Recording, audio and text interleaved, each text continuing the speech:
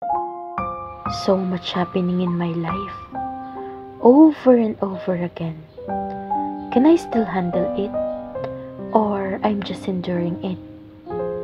Sometimes I wonder if I'm really okay at all. Is this how world should see me? Strong, resilient, and happy?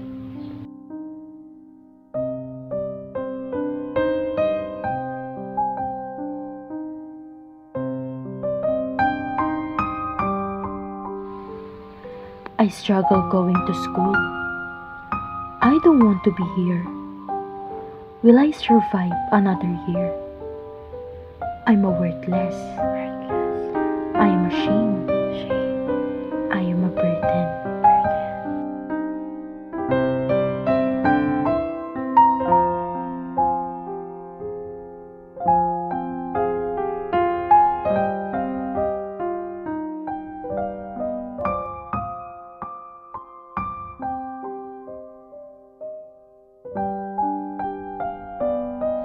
When an emergency occurs, here's what you will do.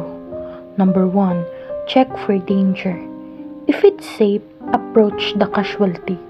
Number 2, attempt to wake the casualty.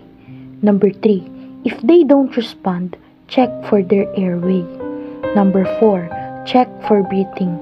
Call ambulance if the casualty is not breathing. In a moment of panic, every second counts. Recognizing the sign and spring into action. With trained hands and quick thinking, give the victim first aid to ensure their safety.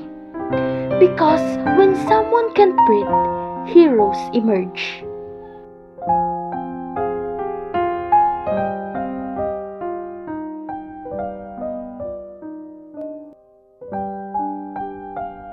In the chaotic scenes of emergency care, the transition from CPR to the CPR recovery position is a crucial moment.